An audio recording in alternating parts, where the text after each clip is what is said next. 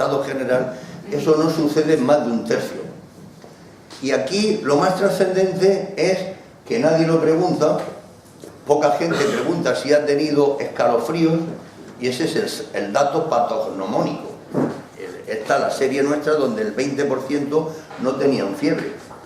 Y entonces vienen con escalofríos, fiebre, pero muchas veces no, y eso sí, el enfermo está desorientado, y se le nota brillo en los ojos, se le nota que en la protrusión de los globos oculares, se le nota taquicárdico, un poco de frialdad en la piel de los brazos, etc. Y entonces hay que decir, mire, tiene bacteriemia, y dice, pero no tiene síntomas urinarios, ¿y qué? 50% no lo tienen, 50%. Entonces quiero decir que todo, o sea, el leitmotiv de la sospecha diagnóstica de infección grave en un paciente anciano debe de ser la ausencia de sintomatología focal. Ante la ausencia de sintomatología focal y febrícula del tipo que sea, hay que sospecharlo, porque 50% no lo da. Y diréis, pues el otro medio vaso está lleno. Bien, pero quiero decir que cuando no lo sospechas, pues entonces la situación es peor. ¿Entienden? En el estudio último que hemos hecho, que es una tesis doctoral, pues podemos observar que el coli sigue siendo el microorganismo más frecuente aislado en bacteriemias, y fijaros, ya hay un 40% o más de resistencia a ciprofloxacino. Por tanto, ni ciprofloxacino ni amoxicilina clavulánico debe de darse en un tratamiento empírico de un paciente con estas características. Nada, nunca. Pues bueno, lo siguen dando. Pero es más, ojo, os voy a contar una anécdota para que os riáis. Os voy a contar una anécdota. Llegó un enfermo hace 2 o 3 semanas que dijo, yo soy alérgico a penicilina, no se preocupe usted, tenemos un antibiótico que eso es lo mejor. Y dice, pero fíjese usted que tengo un Escherichia coli, le dice el enfermo, dice, y parece que han dicho que es algo resistente. Dice, no, pero este no, que este es nuevo. ¿Y qué le da? Levofloxacino. Toma castaña. Ciprofloxacino resistente y le da levofloxacino. Así están los conocimientos. Esto es realidad pura, ¿eh? Pues vea que... Esto es bien, ¿eh? Y es igual que aquel que le dice al médico, dice, yo soy alérgico, viene con una pielonefritis grave y mucho dolor, una chica joven, oiga, que yo soy alérgica a nolotil, no se preocupe, tenemos uno que es lo mejor que hay, es novedosísimo, y además no lleva nada de nolotil, y dice, póngale un Baralgin, bla, otra anafilaxia. O sea que esto es pan nuestro cada día, ¿eh? Es así. Bueno, pues junto con ello existen ya los otros microorganismos que va a depender de si vienen de fuera o de dentro del hospital. ¿Y esto que sí? Dile que sí.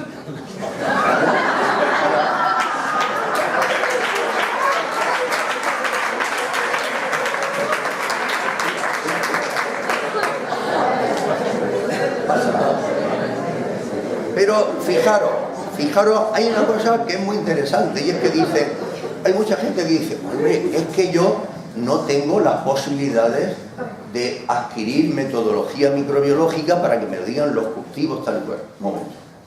Tiene razón, es cierto.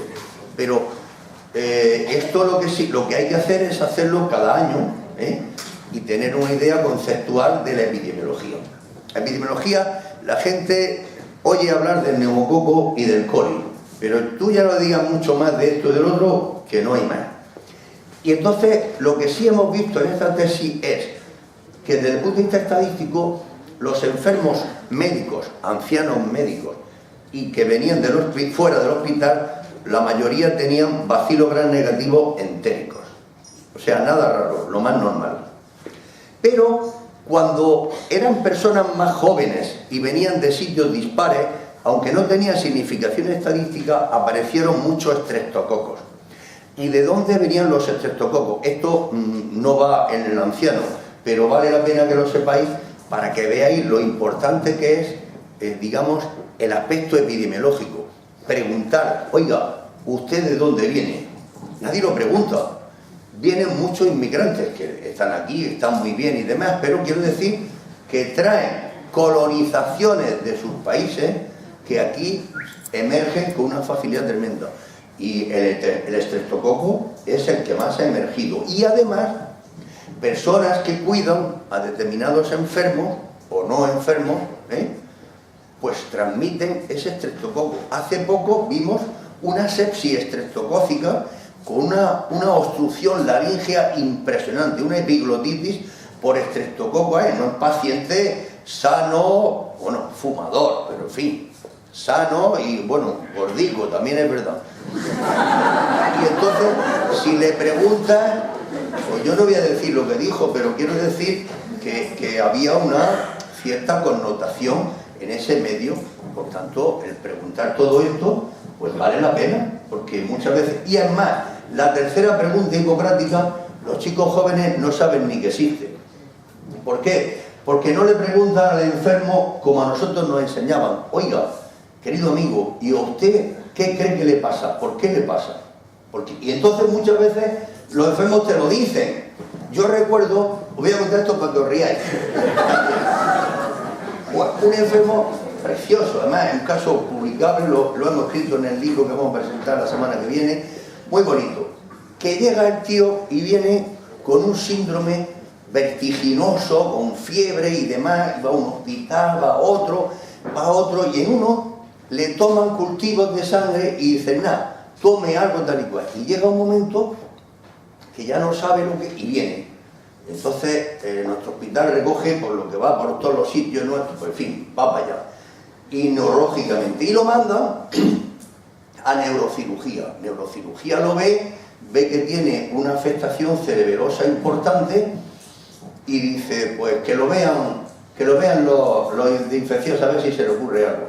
Entonces en ese momento, pues, no sé, mi colaboradora, no sé, estaban en la consulta, total, que yo me acerqué y vi pues, los alumnos que tenía allí y dije, venise.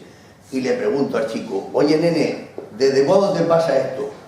Y dice, pues ¿sabe lo que le digo? Y dice, ¿qué? Yo creo que me pasa desde que me comí un cosa de esa turca, ¿cómo se llama eso? Eso. Digo, ya está. Tenemos diagnóstico, nene, no hay más que hablar. Tiene una cerebritis, una romboencefalitis y es listeria. Y efectivamente, tenía hemoglobina positivos para listeria monocitógena. Vaya, lo curamos, Por saber esto, ¿por qué? ¿Por qué tiene eso? ¿Por qué lo sospeché? A ver, ¿quién lo dice?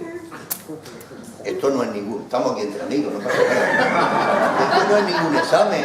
Por Dios, que ya hemos hecho demasiado este año. La gente no para de suspender y no para de seguir más exámenes y más exámenes. Bueno, esto es porque en el kebab lo hacen con extracto, le hacen con un hummus de los a ver si lo digo yo también, de vez en cuando la memoria se me va. Pues esto que se toma de leche, yogur. Al llevar extracto de yogur, el yogur que no está en las mejores condiciones, pues entonces, claro, todos los microorganismos de esa índole saltan la barrera. Y está demostrado que la listeria crece de esa manera. Y esto lo han visto fundamentalmente los franceses, que donde hay más listeria, porque por lo visto tienen con más frecuencia, tienen más costumbre de tomar kebab de estos y todo. Esto lo hemos visto. Por tanto, fijarse, no lo digo en términos generales, sino en el hecho de preguntar las cosas más elementales. Y sobre todo decirle al enfermo, oiga, ¿y usted qué le parece? ¿De dónde puede venir esto? Y muchas veces te lo dicen, sin que tú te des cuenta, pues esto puede ser. O sea que vale la pena ahondar en ese sentido. Bueno, y finalmente es conocido el hecho de que hoy día la mayor parte de los enfermos que vienen al hospital no son de la calle normal, sino que son gente que ha tenido mucha relación con el ambiente hospitalario. Hoy día eso se le llama asociación con instituciones sociosanitarias.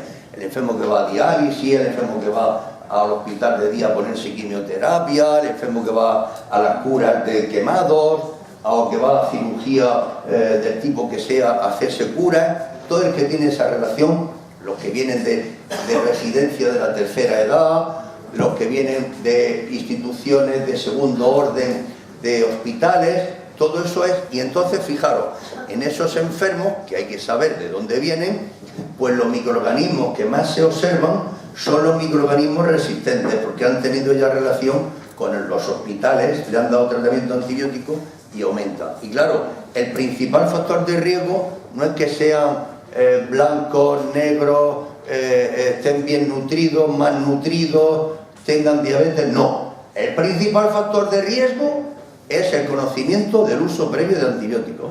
La gente le cuesta mucho trabajo preguntar eso, a pesar de que nosotros le insistimos mucho, porque fuimos de los primeros que llamamos la atención del hecho que el uso previo condiciona la aparición de multiresistencia. Claro, cuando yo lo dije eso hace no sé cuántos años, bueno, estaba loco perdido, pero no, posteriormente, claro, se ha ido demostrando y verdaderamente es un factor a condicionar. Por tanto, cuando tú valoras al enfermo, tienes que preguntarlo. Siguiente. Y finalmente, las infecciones urinarias, siguiente, tenéis que saber dos cosas. Primero, que necesitan siempre un estudio microbiológico y ecográfico. ¿Por qué? Porque las infecciones urinarias en el paciente anciano es la punta de un iceberg. ¿Qué quiere decir esto? Que lo mismo es que están enmascarando una neoplasia que hay de base, o que es una manipulación que han hecho, le han puesto una sonda, se la han quitado y se mantiene, o es un prolapso vesical, o es una infección crónica que no tiene sintomatología, porque la mayoría son paucisintomáticas. Entonces hay que hacer siempre microbiología, no sedimento de orina, no, porque nosotros hicimos estudios históricos y en los pacientes patópatas, diabéticos y renales y prostáticos no existe en un 30-35% de los casos piguria en orina. O sea, si el signo prince del diagnóstico es la presencia de piguria de una infección alta, infección febril, llamémosle así, pues en los pacientes diabéticos, hepatópatas, renales, eso, no esperéis que lo den siempre. Es la clínica y la presencia de microorganismos positivos en orina. Esto es fundamental. Por tanto, punta del iceberg, siempre microbiología y ecografía. Y el tratamiento urgente no lo suele tener en muchas ocasiones, sobre todo si uno tiene conocimiento, dominio de la coyuntura. Claro, ante la duda y que ves que el enfermo está mal, pues, lógicamente, pues, claro, tienes que tratarlo, yo lo entiendo. Pero si tú en ese enfermo tratas de hidratarlo bien, ¿cuántas veces hemos visto todos que poniéndole solo tratamiento o suoroterápico el paciente mejora? Porque ya sabéis que al aumentar la hidratación la concentración bacteriana en orina disminuye de manera significativa. Esto es un apartado fundamental. El principal tratamiento de la infección urinaria es la hidratación, inicialmente. Siguiente. Bueno, esto es el estudio nuestro de los últimos años, donde vemos que el coli pues, sigue siendo más frecuente, y en el anciano, después del coli, los que llevan sonda son pseudomonas y enterococos fecales. Siguiente. Y bueno, la resistencia brutal. Ampicilina y gotrimosazol, pues como si no existieran. Pero fijaros, 40% a quinolona y amoxicilina clavulánico. Pero es que a cefalosporinas de primera, 21. Y ahora lo que se llama la producción de beta-lactamasas de espectro extendido ahora mismo oscila entre el 15 y el 18% aproximadamente. Pero en los enfermos renales es donde más se ve. ¿Siguiente?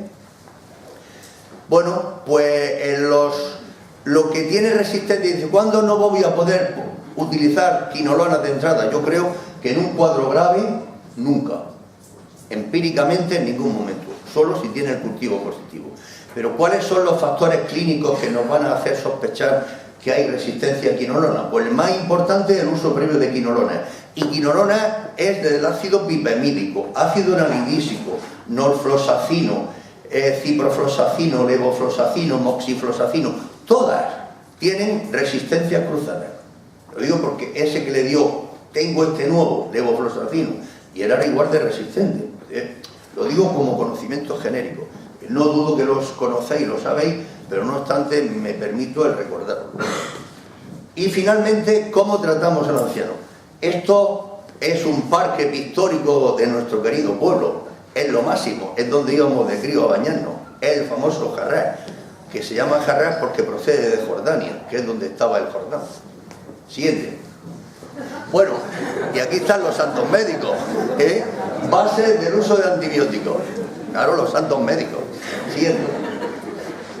Bueno, la base fundamental es que haya una integración, es lo que yo llamo el common sense, que es el sentido común que integre la base clínica con la microbiología y la farmacología. Ahora, todas esas bases no pueden estar independientes, aisladas, no, tienen que estar integradas.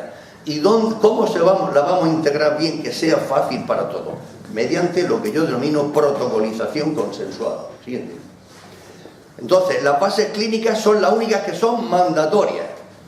Podéis tener microbiología negativa o decir que tiene un microorganismo que nadie sabe lo que es, y los mismos microbiólogos ahora tienen aparatos tan modernos y de tanta sensibilidad que te dice, tiene microsporum no sé qué. Ostras, pedín, si no lo hemos visto. Y es que lo ves y son subespecies de estas raras, pero que luego siguen siendo los mismos. Siguiente. Entonces, aquí lo primero y fundamental, me diréis que soy ridículo, lo aseguro, es verdad. Totalmente ridículo. Pero, querido amigo, aquí un servidor se equivoca todos los días. O sea, que esto es más claro que el agua. Y el que diga que no, es que no ve enfermo. Claro, es que eso los grandes divos de aquellos momentos históricos lo decían. Pero, en fin, no voy a contar más anécdotas. Diagnóstico correcto de enfermedad infecciosa. Y el diagnóstico correcto es la clínica. Tú con la clínica tienes que sospecharlo de entrada. Y qué duda cabe que es lo que no se hace, la valoración de la gravedad inicial. Y la valoración es experiencia. Hay una serie de criterios, de índices, que se pueden tomar, se pueden recoger, pero al final el índice mayor es tu experiencia. Y eso es día a día, momento a momento, y digamos que tienes que ir captando los mensajes que cada enfermo te va proporcionando. Luego, aquí esto sí me gusta recordarlo, es que cuando se inicia el tratamiento siempre hay que dar una dosis de carga. ¿Por qué? Porque las concentraciones tenemos que lograr concentraciones plasmáticas elevadas para que después los antimicrobianos se mantengan de una forma adecuada. Me diréis, hombre, si es un beta-lactámico es tiempo dependiente. Totalmente de acuerdo, pero no obstante, una concentración alta en una neumonía grave siempre es mucho mejor que si da una dosis más baja. ¿Por qué? Porque las concentraciones pulmonares de cualquier beta-lactámico sabéis que no son buenas en el esputo. Es más, ¿qué es lo que producen los beta-lactámicos? Otra pregunta. Lo voy a decir. No, me hago la pregunta, pero lo contesto. Por los gallegos. Pero no, sino por gusto de transmitirlo y compartirlo con vosotros. Porque me agradaría mucho que esta experiencia de muchos años, pues la compartáramos y veríais vosotros cómo eso funciona. Diréis, Cocholi, pues no se lo había inventado. Es verdad. Es el hecho de que el betalactámico lo que hace es estimular el macrófago del pulmón y aumentan las citoquinas. O sea, la interleuquina, el factor de necrosis tumoral, todas las citoquinas inflamatorias se elevan mucho y el enfermo empeora. Por eso, en todos los enfermos pulmonares, además del betalactámico, siempre se le tiene que dar el macrónido.